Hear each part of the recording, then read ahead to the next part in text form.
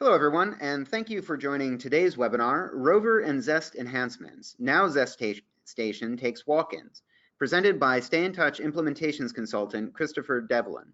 I'm your host, Justin DeRisi, the customer marketer here at Stayntouch. This webinar will cover a variety of product enhancements from the Rover version 5.9 edition. In this webinar, we will cover the new Zest Station ID scanning and walk-in functionality. We will also look at some additional upgrades to the hourly and daily room diary. We will also check out some enhancements that were requested by customers in the You Ask, We Listen section. And we'll also cover additional upgrades to the Stay Card, Activity Card, and User Reports. Since this is an on-demand version of the webinar, if you have any questions, feel free to email them to me at jderisi@stayintouch.com. That's JDERISE@stayintouch.com, and I will be happy to answer them to the best of my ability. Now, before we get into the actual training portion of the presentation, I just wanted to go over the new Zest Station walk-in functionality. This was actually a much anticipated update. Zest Station now incorporates advanced AI and facial recognition technology to identify or to verify a person's identity using only their photo ID. This functionality can include an optimal kiosk by Alia Technologies that is customized specifically for ID scanning. Now, if you look in the lower right-hand corner of the kiosk, you'll see that there's a little ID tray.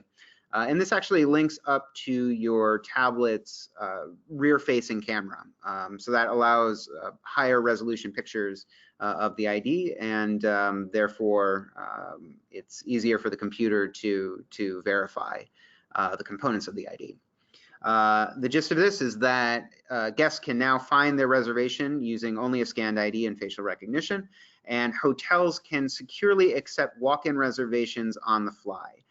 You don't need a staff to be present or staff member to be present to confirm an ID, as this, replicates the level of security that would be offered at a traditional in-person check-in experience. However, it's more efficient and more streamlined. The option for a fully self-service check-in process is now a reality.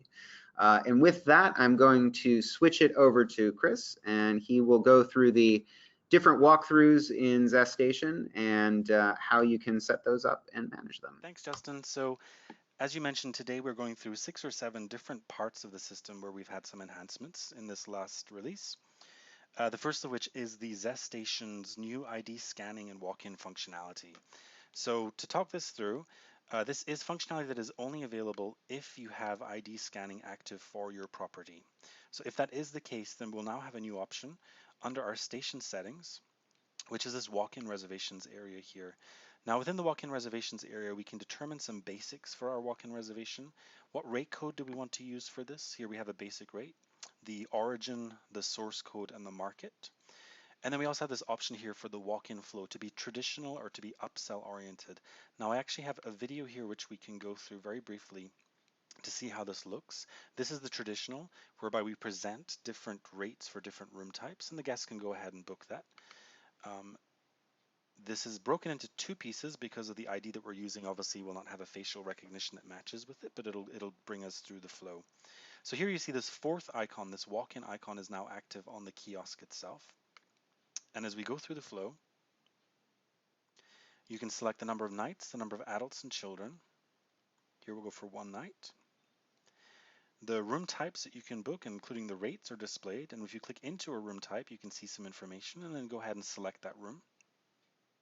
Once we click continue, it's going to ask us to place our ID in front of the camera so that we can actually get this facial recognition and ID capture in process, which then populates the information on the reservation for us. So as mentioned, I am not Connor Sample, so the facial recognition piece will not work. It's going to analyze the image.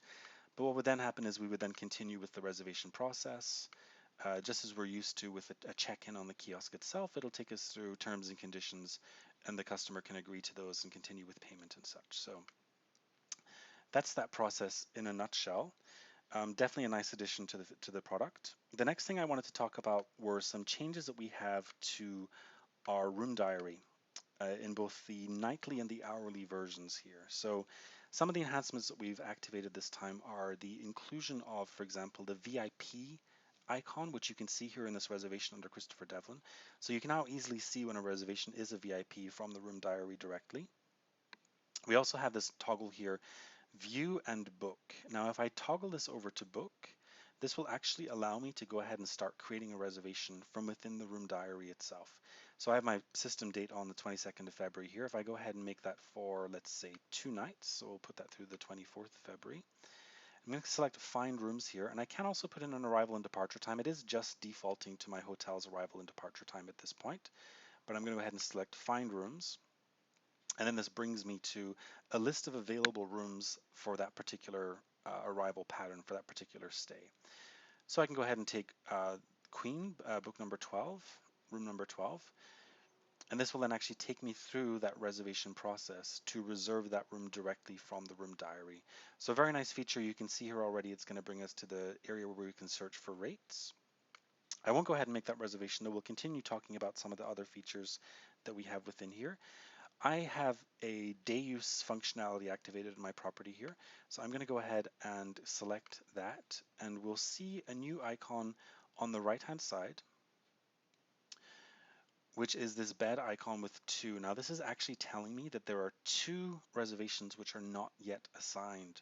So if I click into here, I can actually see the reservations that are not yet assigned to rooms, and I can go ahead and select one of these, and the rooms that are available to be assigned to that reservation will then list out for me.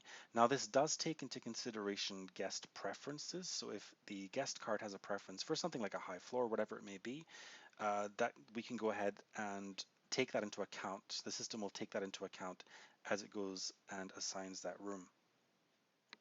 So those are some of the upgrades that we've made to the hourly and nightly room diary. We also have made some changes to the stay card itself and some functionality there. The first thing that I'm going to talk about, though, is the ability that we've added to allow the updating of the housekeeping status during check-in. So this is something that lots of our customers will experience, where you're doing a check-in and the room is showing as dirty, but you've just found out from housekeeping that perhaps the room is actually good to go. So we now have this new toggle under reservation settings called Allow Check-in to Not Ready Rooms. Now when I have that active and I go into my arrivals, we'll see how that will actually work. So I have a pre-assigned reservation in my room number 18 here, which as we can see is vacant but dirty. If I'm going in to check this reservation in, and I just got word from housekeeping, as I mentioned, that this room is actually inspected. If now I click on the check-in button, it's giving me this option to please set the housekeeping status. If I make it ready, it'll allow me to proceed with the check-in. If I leave it on not ready, then it's just going to remain on the arrival screen and not progress any further from there. On the stay card also, we have a new field under additional details for the booker's email. So this is one of those features that our customers had requested, a way to track the email of the person who made the reservation. Should we ever need to reach out to them, or should we need to refer to who made any changes or who actually booked this reservation on behalf of the guest? So this is a new field where we can populate this information in free-form text. We also have the ability now to add, when we're adding a second guest, to create a guest card for that guest directly from the screen. So here we are, we're under accompanying guests. I'm going to go ahead and make that 2, and we're going to go ahead and do John Smith. And I have the option here to create guest card. Now when I click on that, before creating the guest card, it's actually going to go out and do a query to look for possible matches, as it should do. And then we can go ahead and either make a new guest, or we can select an existing John Smith in this case, who is going to be the accompanying guest for this particular reservation. There's also been some updates that have been made to our activity log. We are now tracking changes to the do not move toggle.